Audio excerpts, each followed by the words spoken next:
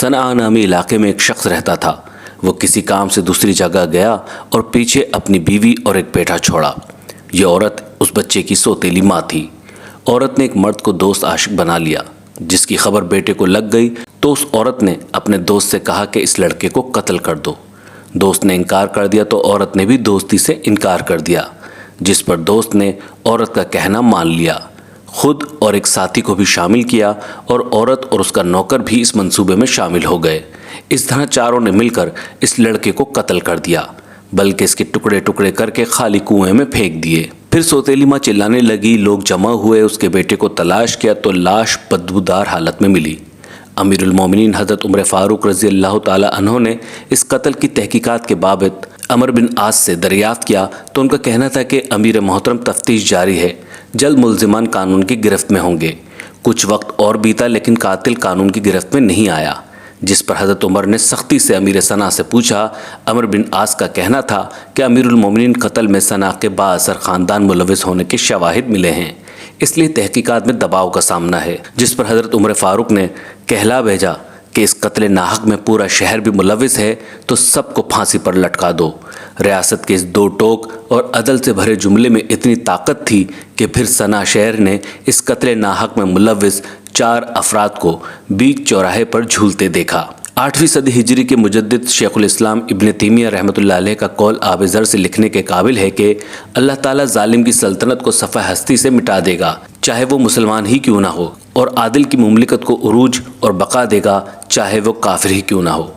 اقوام عالم کی تاریخ گواہ ہے کہ وہی قومیں آگے بڑھیں، رفت اور ترقی سے ہمکنار ہوئیں، جنہوں نے اپنے معاشرے کو عدل و انصاف کی بنیاد پر قائم کیا اور ہر خاص و عام کو ایک ہی ترازو میں تولا، اور ان کے مد مقابل وہ اقوام اور ممالک تاریخ کی صفحات سے حرف غلط کی طرح مٹ گئے جس کے ہاں عدل و انصاف کی جگہ ظلم نے لے لی، یا جن کا نظام عدل کمزور کو پیس کر رکھ دیتا تھا لیکن طاقتور کا بال بھی بیکا نہیں کر سکتا تھا۔ بلوچستان کے ضلع بارکھان میں ہلاک ہونے والی خاتون اور 2 بچوں کے شوہر خان محمد مری نے الزام عائد کیا ہے کہ ان کی بیوی اور 7 بچے 2019 سے سردار عبد الرحمن کھیتران کے نجی جیل میں تھے، جہاں انہیں تشدد کا نشانہ بنایا جاتا رہا۔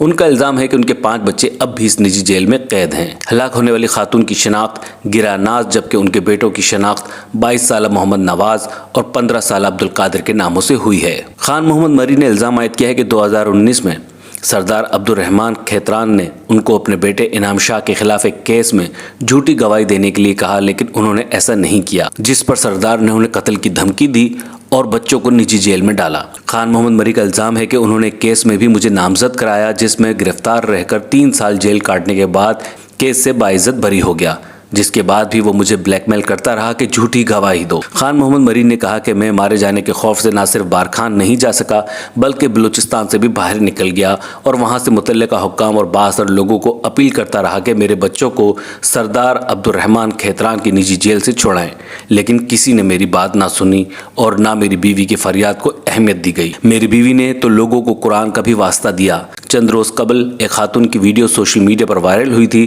جس میں وہ یہ اپیل کر رہی تھی کہ انہیں اور ان کے بچوں کو سردار عبد الرحمن کھیتران کی نجی جیل سے چھڑوایا جائے۔ سردار عبد الرحمن کھیتران نے خان محمد مری اور مری اتحاد کی جانب سے لگائے گئے الزامات کو سختی سے مسترد کرتے ہوئے کہا ہے کہ ان کی ساکھ کو مجروح کرنے کے لیے ان پر افراد کے قتل کا بے بنیاد الزام عائد کیا گیا ہے۔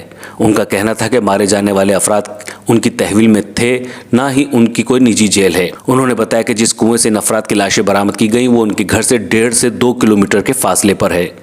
ان کا یہ بھی کہنا تھا کہ اگر وہ ان کو مارتے تو کیا لاشیں اپنے گھر کے قریب کنویں میں پھینکتے۔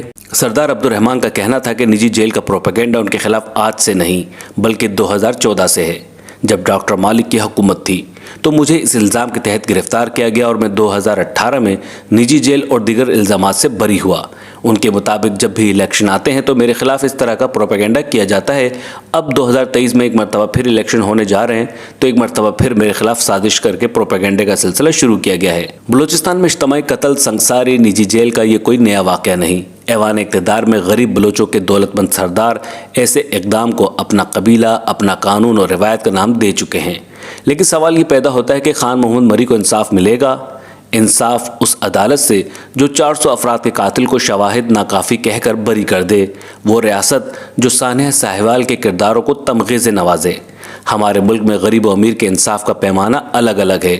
مجھے تو ہاتھوں میں قرآن لیے رحم کی اپیل کرتی یہ مائی حضرت صالح علیہ السلام کی اونٹنی لگی، جسے نہ صرف قتل کیا گیا بلکہ اس کے بچوں کو بھی بے دردی سے قتل کیا گیا۔ نہ صرف قتل بلکہ صفاقانہ قتل۔ حضرت صالح کی اونٹنی کے 4 ملزمان نے پہلے اونٹنی کے پاؤں کاٹے، ماں کے سامنے بچہ ذبح کیا، پھر اسے تڑپا تڑپا کر شہید کر دیا۔ قوم سمود کی سرکشی پر عذاب خداوندی کا ظہور اس طرح ہوا کہ پہلے ایک زبردست چنگھاڑ کی خوفناک آواز آئی، پھر شدید زلزلہ آیا جس سے پوری آبادی اتھل پتھل ہو کر چکنا چور ہو گئی۔ تمام عمارتیں ٹوٹ پھوٹ کر تہس نہس ہو گئیں اور قوم سمود کا ایک ایک آدمی گھٹنوں کے بل اوندھا گر کر مر گیا۔ قاتل 4 افراد تھے، لیکن پوری بستی چپ رہ کر شریک جرم رہی اور اللہ کے غضب کا شکار رہی۔ لہٰذا اپنی خاموشی کا آپ کے پاس جو بھی جواب ہو سنبھال رکھیے کہ آسمان سے سخت چنگھاڑ کی صدا بلند ہوا ہی چاہتی ہے۔ اٹھو لوگو، بغاوت سے قیامت اب برپا کر دو، تمہیں خاموش رہنے کی عادت مار ڈالے گی۔